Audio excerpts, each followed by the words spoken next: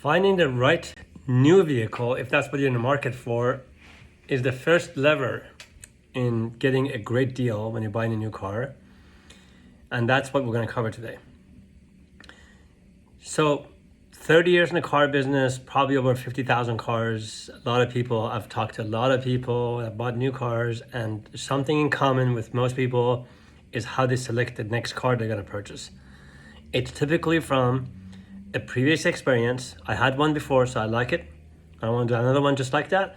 Or my friend or relative or neighbor or something has one, recommended it. That's probably most common reasons for how people choose their next vehicle. But in reality, what should happen, based on all these cars are in the market and so many choices for all of us, what should happen is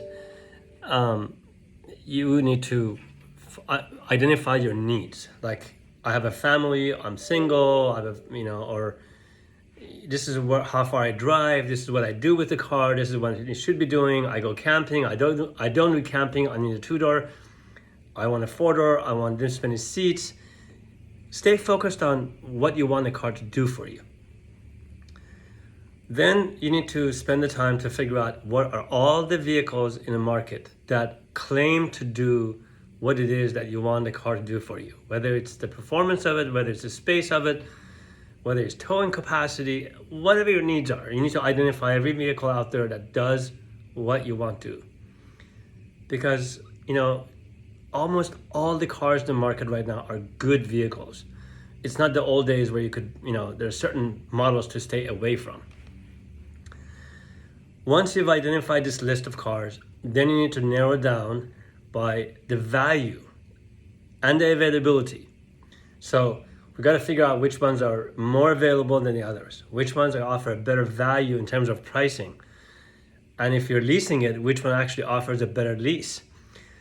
There could be two models that both work for you. And one is more expensive than the other one, but when you do the lease, the more expensive one actually costs less in leasing costs than the one that is less expensive. So it's a fallacy to say, I like both of these cars, but this one's more expensive, so I'm going to stay away from it. This actually could cost you less.